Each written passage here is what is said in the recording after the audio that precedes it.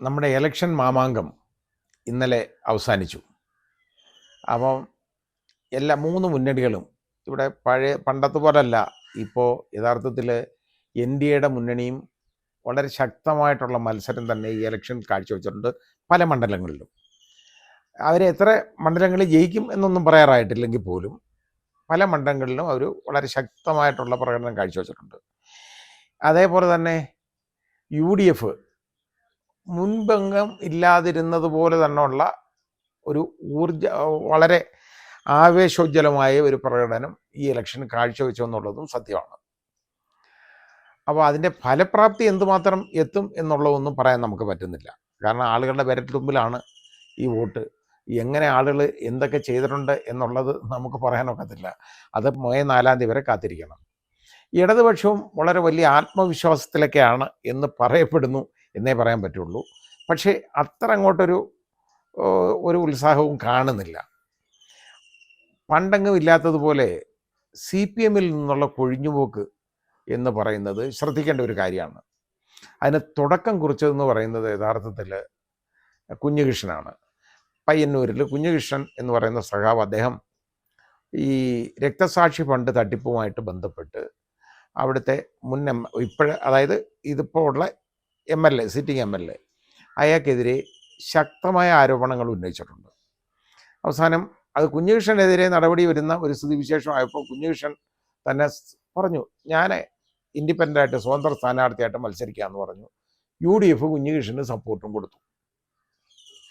അതേപോലെയാണ് ശ്രീ G. സുധാകരൻ, ആലപ്പുഴ അമ്പലപ്പുഴ മണ്ഡലത്തിൽ.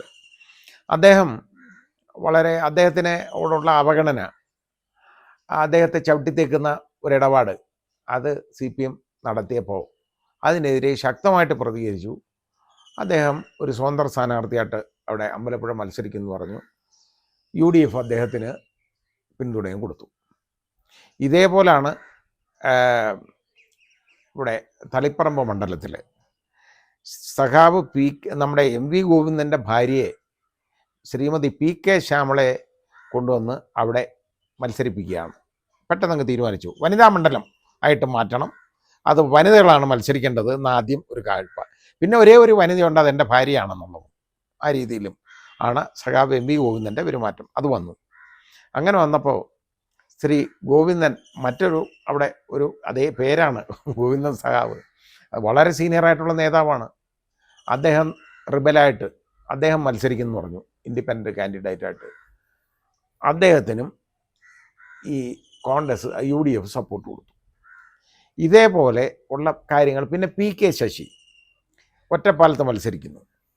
PK Sasi Marxist പാർട്ടിയുടെ ഈ അടുത്ത സമയം വരെ ടൂറിസം ഡെവലപ്മെൻറ്റ് കോർപ്പറേഷൻ ഡെവലപ്പത്ത് പ്രതീക്ഷിച്ചിരുന്ന ആളാണ്.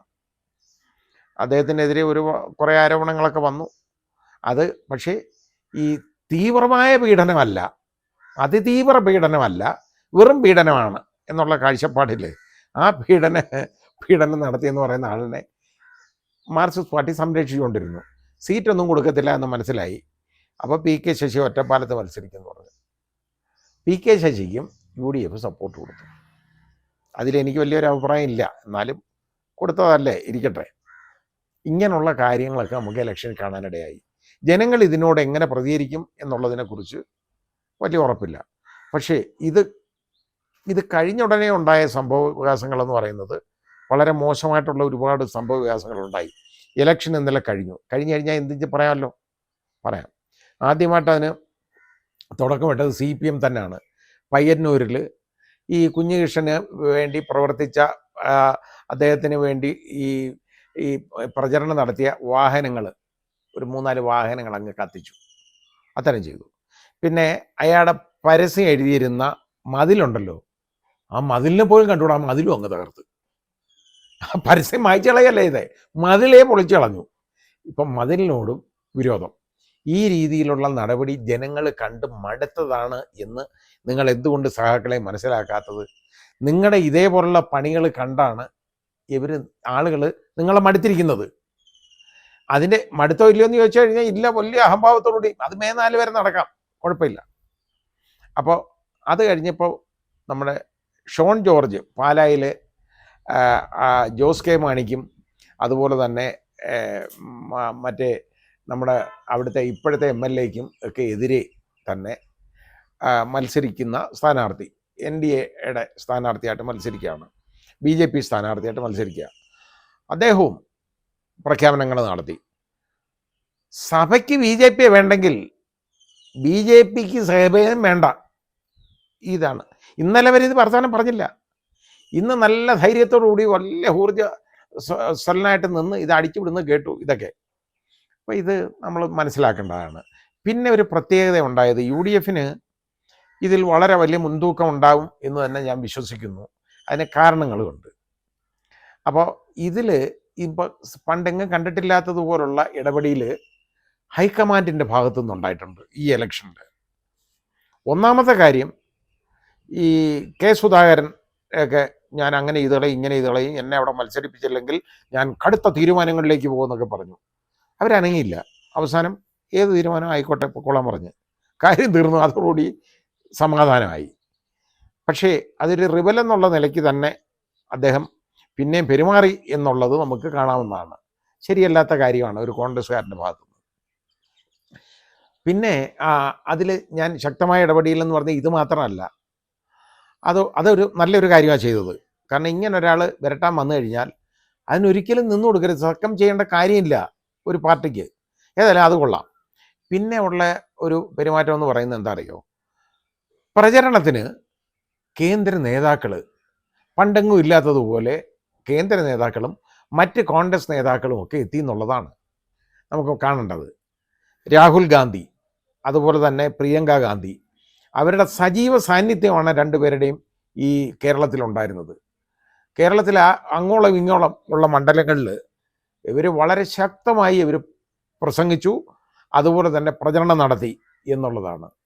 പ്രിയങ്ക ഗാന്ധിയുടെ പ്രസംഗം നമ്മൾ കേൾക്കുമ്പോൾ യഥാർത്ഥത്തിൽ നമ്മളത് ഓർക്കണം. ഇന്ദിരാഗാന്ധിയുടെ ബ്ലഡിനെ കുറിച്ച് ഈ ഇന്ദിരാഗാന്ധി ഓർമ്മ വരും. പ്രിയങ്ക ഗാന്ധിയുടെ ഈ പ്രസംഗം കാണുമ്പോൾ നമ്മൾ ഇന്ദിരാഗാന്ധി നമ്മൾ സ്മരിച്ചു പോകും. ആ രീതിയിലാണ്. ഏതായാലും അവർ വളരെ ശക്തമായിട്ട് ഇതിലിടപെട്ടു. അതിൻ്റെ കാരണം ആരാണെന്ന് ചോദിച്ചാൽ യഥാർത്ഥത്തിൽ KC വേണുഗോപാൽ തന്നെയാണ്. KC വേണുഗോപാൽ വളരെ കാര്യമായ രീതിയിൽ ഇടപെട്ടതുകൊണ്ടാണ് ഇത് വന്നേക്കുന്നത്. അത് മാത്രമല്ല, മല്ലികാർജുൻ ഖാർഗെ ഇവിടെ വന്നു പ്രവർത്തിച്ചു. പിന്നെ അതുകൂടാതെ കോൺഗ്രസിൻ്റെ മറ്റൊരു മുഖ്യമന്ത്രി രേവന്ത് റെഡ്ഡി, തെലുങ്കാന മുഖ്യമന്ത്രി വന്നു, ശക്തമായ രീതിയിലുള്ള പ്രചരണങ്ങൾ നടത്തി. അതേപോലെ തന്നെ കർണാടകയിൽ നിന്ന് അവിടുത്തെ ഉപമുഖ്യമന്ത്രിയായിട്ടുള്ള DK ശിവകുമാർ ഇവിടെ വന്ന് പ്രവർത്തിച്ചു. ഇവരെല്ലാവരുടെ പ്രവർത്തനം വളരെ ഏകോപനം നടത്തിയുള്ള ഒരു പ്രചരണം ഉണ്ടായി എന്നുള്ളത് ശരിയാണ്. അത് യഥാർത്ഥത്തിൽ UDFന് വളരെയധികം ഗുണം ചെയ്യും. പിന്നെ അത് മാത്രമല്ല, എതിർഭാഗത്തിൻ്റെ ഈ UDFൻ്റെ ഇത് മാത്രമല്ല, എതിർഭാഗത്തിൻ്റെ കഴിവുകേടാണ് പലപ്പോഴും നമ്മൾ കാണേണ്ടത്. അതായത് ശ്രീ പിണറായി വിജയനും അദ്ദേഹത്തിൻ്റെ ടീമിനും എതിരെയുള്ള ആരോപണങ്ങൾ ഒരുപാട് അവരുടെ അത് വളരെ അധികം ഇതിനെ UDFനെ സഹായിച്ചിട്ടുണ്ട്. പിന്നെ അത് കൂടാതെ അത് മാത്രവുമല്ല, ഇവിടെ ഇപ്പോൾ ഇന്ന് BJP നേതാക്കളുടെ പ്രസ്താവന വന്നേക്കുന്നത് ശ്രദ്ധിച്ചു കാണേണ്ടതാണ്. BJP ഏറ്റവും കൂടുതൽ അതായത് അവർ 2 മണ്ഡലങ്ങൾ അവർ പിടിക്കും. അത് കഴക്കൂട്ടവും പിന്നെ നേമവും. ഒന്ന് കഴക്കൂട്ടമാണ്, രണ്ടാമത് നേമവും പറയുന്നു. കഴക്കൂട്ടത്ത് ഉള്ള നല്ല മത്സരമാണ്. മുൻ മന്ത്രിയാണ് അദ്ദേഹം, മത്സരിച്ചു. അതേപോലെ തന്നെ സംസ്ഥാന പ്രസിഡൻ്റാണ് BJPയുടെ ഇവിടെ നേമത്ത് മത്സരിച്ചത്. അപ്പോൾ ഇവരുടെ മത്സരം ഈ മണ്ഡലങ്ങളാണ് കണക്കൂട്ടുന്നത്. പാലക്കാട് അത് ഇല്ല കേട്ടോ. അത് കാരണം അവർക്ക് തന്നെ മനസ്സിലായി പാലക്കാട് ശക്തമായിട്ട് ശ്രീമതി ശോഭാ സുരേന്ദ്രൻ മുന്നേറിക്കൊണ്ടിരുന്നതാണ്. ആ സമയത്താണ് അവർക്ക് ഒരു വിനാശകാല വിപരീത ബുദ്ധി എന്ന് തോന്നുന്ന ഒരു പണി നടത്തി കൊടുത്തത്. അതായത് സാരി വിതരണം, അതുപോലെ പണം കൊണ്ട് കൊടുക്കുക. ഇത് കൈയോടുകൂടി പിടികൂടി. അപ്പോൾ ആ പണം കൊടുത്ത സ്ത്രീ എന്ന് പറയുന്നത് ആരാന്നറിയില്ല എന്നൊക്കെ പറഞ്ഞു. അന്നേരം ആദ്യം അങ്ങ് പറഞ്ഞു പോയത് എന്താണ്, ആ സ്ത്രീ അവരുടെ ബന്ധുവാണെന്ന്. അതായത് ഈ പണം വാങ്ങിയ ആളുടെ ബന്ധുവാണെന്ന് ആദ്യം അങ്ങ് പറഞ്ഞു പോയി. പിന്നെ പറഞ്ഞ ആ സ്ത്രീയെ ഇവർ കോൺഗ്രസ്സുകാർ പണം കൊടുത്തയച്ചതല്ലേ എന്നുള്ള ഇതുപോലുള്ളത് നിന്ന് ആകെപ്പാടെ ഈ വെളിച്ചെണ്ണ ചവിട്ടുന്ന പരുവത്തിൽ ശോഭാ സുരേന്ദ്രന് കഷ്ടപ്പെടേണ്ടതായിട്ട് വന്നു. അതുകൊണ്ട് മാത്രമാണ് യഥാർത്ഥത്തിൽ ഒരു വലിയ രീതിയിൽ ശോഭാ സുരേന്ദ്രന് തിരിച്ചടി ഉണ്ടായിട്ടുള്ളത്. അവിടെ ശോഭാ സുരേന്ദ്രൻ ജയിക്കും എന്നെനിക്ക് കണക്കൂട്ടലില്ല, BJPക്കാർ പോലും കണക്കൂട്ടുന്നില്ല. പിന്നെ ഇതേപോലാണ് പല മണ്ഡലങ്ങളിലെയും കാര്യങ്ങൾ. അപ്പോൾ ഒരാൾ ഇന്ന് എൻ്റെ അടുത്ത് ചോദിച്ചു, ഈ ഇത്രയും വയസ്സായിട്ട്, അതായത് എണീറ്റ് നടക്കാൻ വയ്യാതായാലും ആളുകൾക്ക് ഈ മത്സരിക്കണം, അതിൻ്റെ കാര്യം എന്തുവാന്ന് ചോദിച്ചു. അത് 2-3 പേരെ ഉദ്ദേശിച്ച് ചോദിച്ചതാണ്. അപ്പം ഞാൻ അതിന് പറയാതിരിക്കാൻ ഒക്കത്തില്ലല്ലോ.